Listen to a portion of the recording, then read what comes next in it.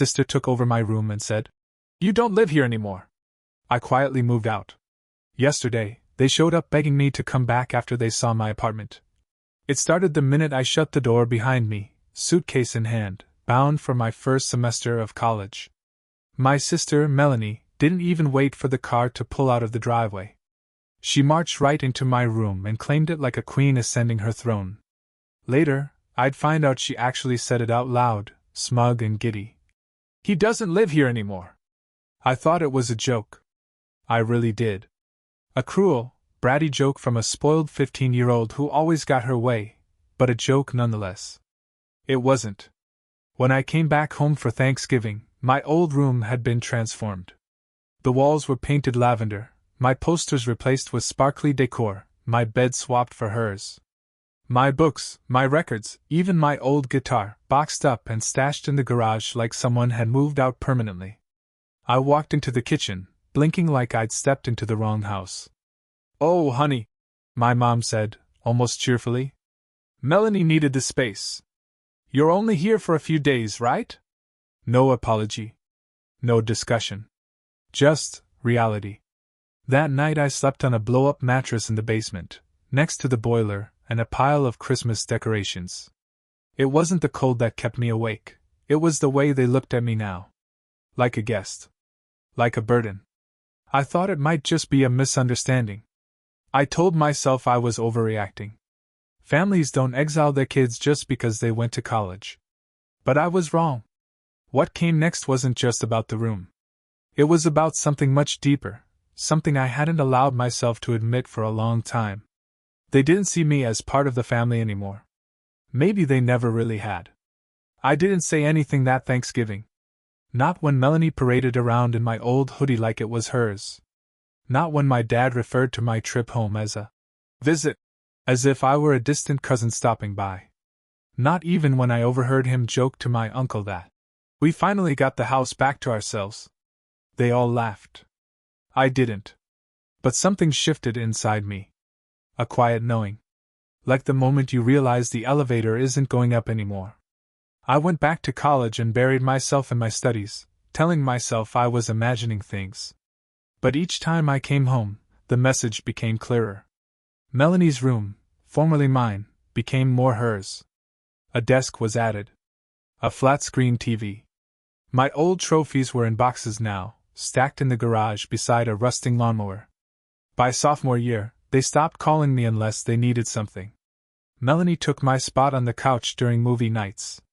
I noticed my mom had updated the family photo wall. Only the pictures of me from childhood remained. Everything current was of Melanie. The final straw came one Christmas break when I asked if I could stay for 2 weeks. My mom hesitated. "Well," she said, "Melanie has her dance team over a lot. It might be cramped." I just stared at her. "You can use the couch, of course," she added quickly, as if that softened the blow. That night, I sat outside on the back steps, the same ones I used to sit on with my dog growing up. I watched my breath curl in the cold air and realized something brutal. They didn't want me home. Not really. They didn't even see it as mine anymore. It was spring break of my junior year when it finally snapped. I had come home for a few days, mostly out of guilt.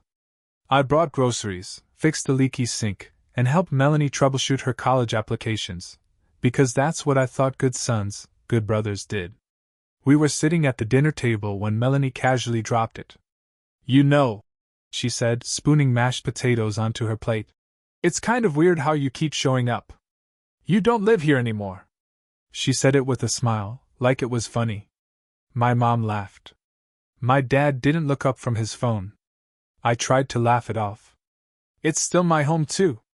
Melanie didn't miss a beat. "Is it though?" Silence. My mom changed the subject. My dad yawned. And I just sat there. It wasn't the words that did it, it was the way nobody pushed back. The way their silence wrapped around her smug little grin and made it feel like gospel. I finished my dinner in silence, then quietly excused myself. That night I started packing. I didn't make a scene. I didn't throw accusations or demand answers. I just packed the way people pack when they know they won't be coming back. The room I used to call mine now belonged to Melanie. I had no space here, not even in their memory. My dad saw me with my duffel bag the next morning. He raised an eyebrow but didn't ask. "Going back early?" he said, pouring his coffee. "Yeah," I replied, zipping the bag. He nodded, as if that was all there was to it. My mom gave me a half-hearted hug at the door and said, "Drive safe." Melanie didn't even come downstairs. I didn't tell them it was permanent. I didn't have to. I drove back to campus and never looked back. After graduation, I took a job 3 states away. A solid company. Good pay. I rented a studio apartment, small but mine. Every piece of furniture I picked out myself. Every item on the shelf was something I wanted to keep. No one told me where to sleep. No one said I didn't belong. I started building a life, quietly, steadily. A year passed. Then 2 promotions came. So did a nicer apartment, this one high up with big windows and a city view. The kind of place my parents never thought someone like me would afford. And I kept the silence. No visits. No calls. Just space. 3 years. That's how long it had been since I heard any of their voices outside of the occasional voicemail I never bothered to check. 3 years since I last saw their names light up my phone and felt anything but a dull ache or the edge of a bad memory. I had rebuilt everything. I lived in a high-rise apartment with floor-to-ceiling windows that caught the morning light just right. My kitchen had granite counters. My bedroom overlooked the river. I had a job I was proud of, coworkers who respected me, and a quiet, steady rhythm to life that no one could disrupt. And then yesterday, I opened my front door, and there they were. My mother clutching her purse like it was a lifeline. My father, hands shoved in his pockets, shifting uncomfortably. And Melanie, standing at the back, suddenly very small in her oversized coat, no trace of the smugness I remembered. I didn't say anything for a full beat. They just stood there, their expressions flickering between forced smiles and something that looked suspiciously like regret. "Hi, sweetheart," my mom said, her voice overly bright. "We were in town and thought we'd drop by." In town? They lived hours away. My dad cleared his throat. "Place looks nice?" I nodded once and stepped aside. They walked in like they were entering a museum. Eyes wide, necks craning. My mother let out a soft gasp when she saw the art on the walls. Melanie looked around the living room like it was another planet. "You did all this?" she asked. I shrugged. "I live here." I offered them tea, playing host like it was any ordinary visit. My voice calm. Polite. Detached. We sat around the island in the kitchen. My mother went on about how much they missed the old days, how the house was so quiet without me. My dad added something about how proud they were of what I'd accomplished, though he couldn't quite meet my eyes when he said it. Melanie, for once, said nothing. She just stared at her cup, swirling the tea. And I sat there, watching them squirm in the silence between their rehearsed lines. Watching them try to stitch a bridge out of small talk and compliments, like they hadn't treated me like an afterthought for years. Then my mom finally said it. "We were hoping maybe you'd consider coming home for the holidays this year." I smiled, but it didn't reach my eyes. "You mean sleep on the couch again?" She flinched. My dad jumped in. "That was a long time ago. Things are different now." "Oh, I know," I said, gently stirring my drink. "I've changed." The words hung in the air, sharp and cold. They didn't say much after that. The visit ended with awkward hugs and a promise to stay in touch. I closed the door behind them and stood there for a moment, staring at the handle, feeling the weight of everything they didn't say. They came expecting the boy they used to dismiss. The one who didn't fight back.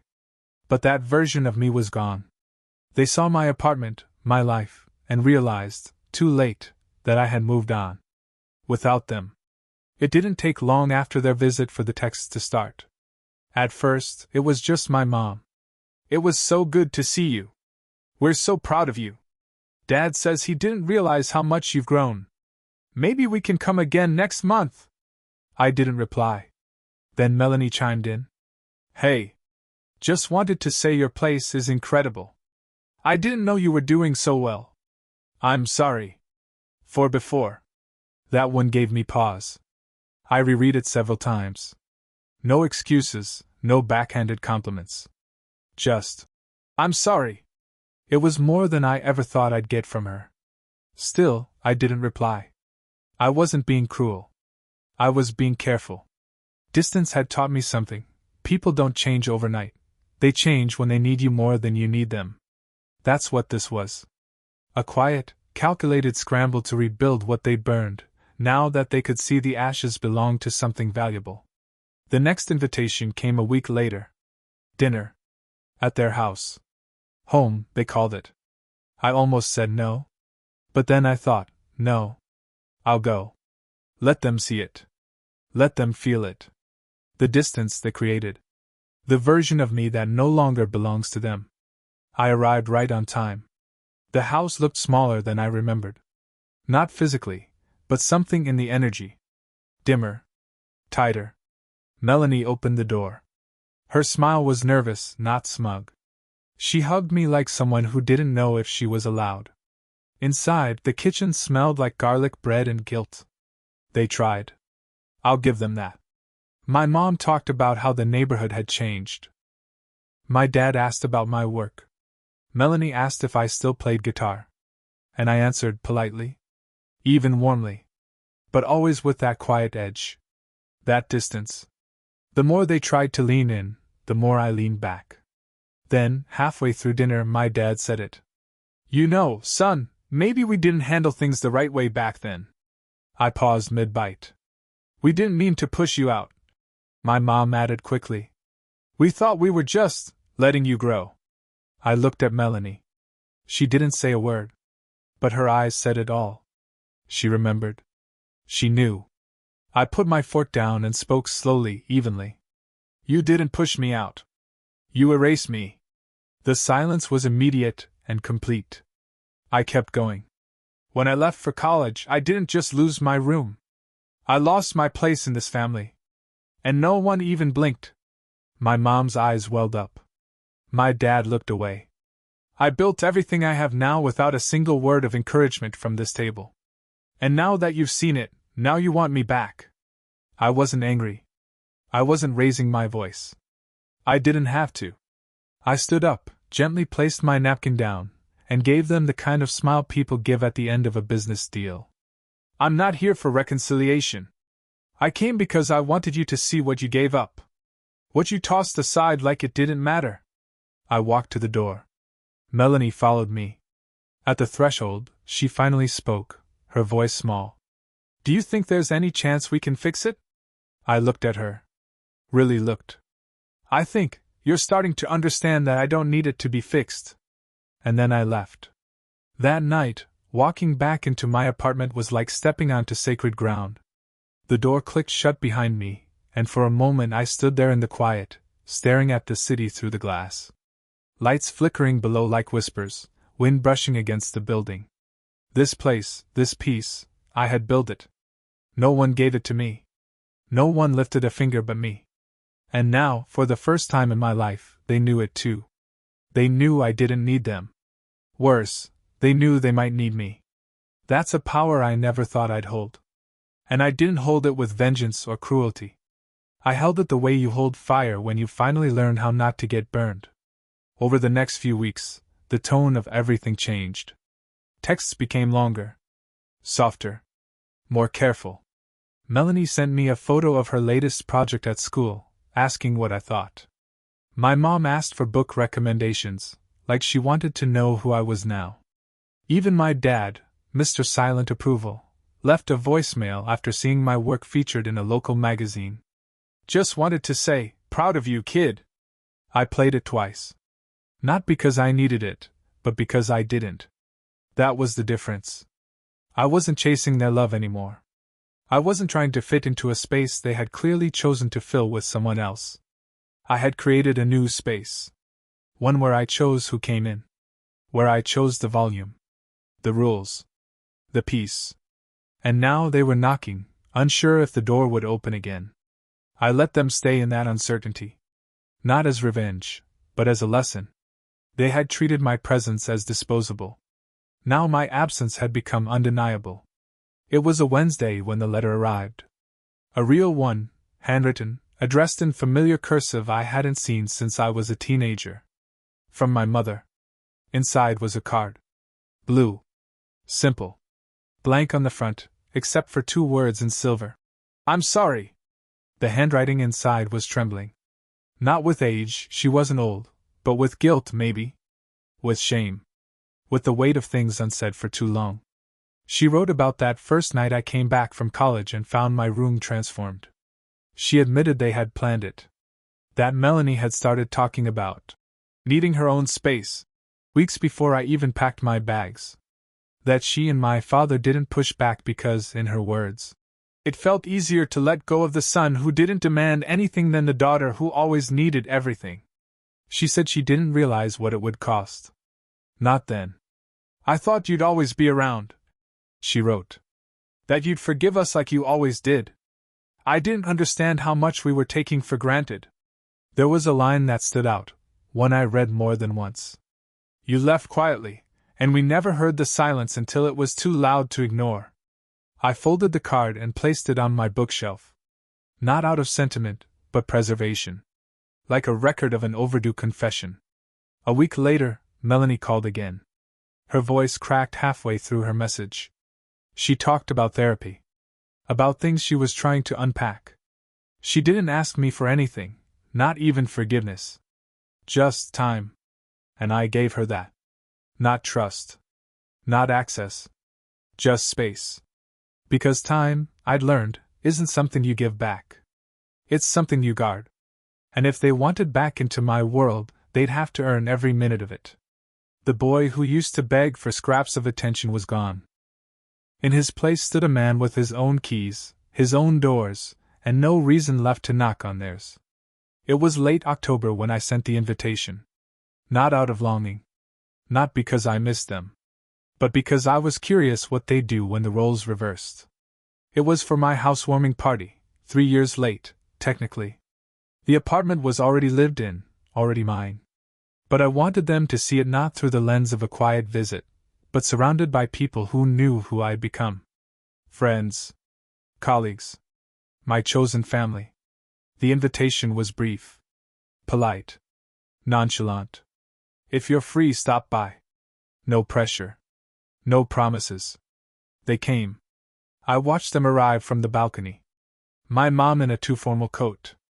My dad holding a bottle of wine like a peace offering. Melanie trailing behind, wearing that nervous smile I once mistook for smugness. Inside, the room buzzed with conversation. Music played. People laughed. The windows reflected a light they had no hand in creating. Introductions were made. "That's your son?" one guest asked my father, genuinely impressed. "He's built something incredible here."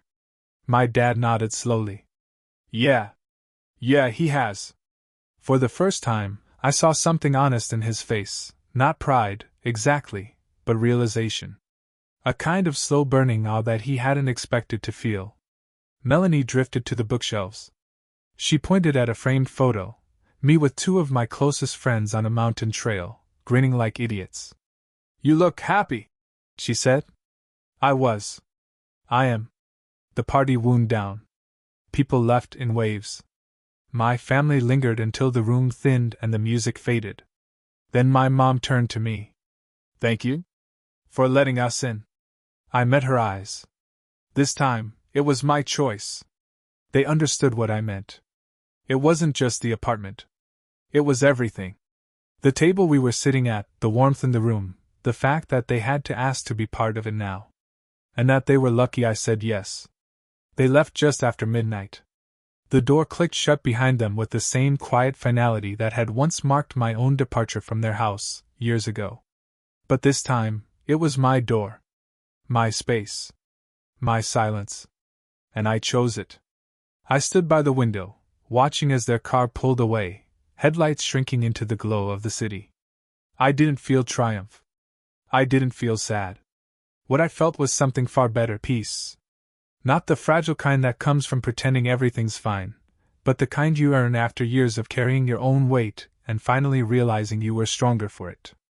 I thought about that night when Melanie told me I didn't live there anymore.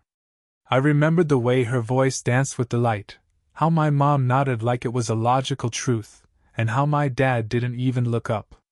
I remembered standing there, my bag half-packed, heart heavier than I'd ever admit, and realizing no one was going to stop me from walking out. They thought I left because I was angry. But I wasn't. I left because I knew if I stayed, I'd become someone I wouldn't recognize, someone desperate, bitter, small. And I didn't want to be that. I wanted to be someone who built a life out of nothing and filled it with everything I was told I couldn't have. So I worked. I saved. I failed. I kept going. And now? Now I live in a space of my own making. One where my worth isn't measured by someone else's approval. Where love is a choice, not an obligation. Where I invite people in because I want them, not because I need them. That's the thing people don't realize about being pushed out. You stop trying to get back in. And once you do that, you start carving out a new space where the rules are yours. Where the silence isn't loneliness, but clarity. So here's what I'd tell anyone in the same situation. If they make you feel like a guest in your own story, leave the room. Close the door. Build a new one. And when they show up later, smiling, sorry, too late, let them knock. Because by then, you'll know the power isn't in being welcomed back.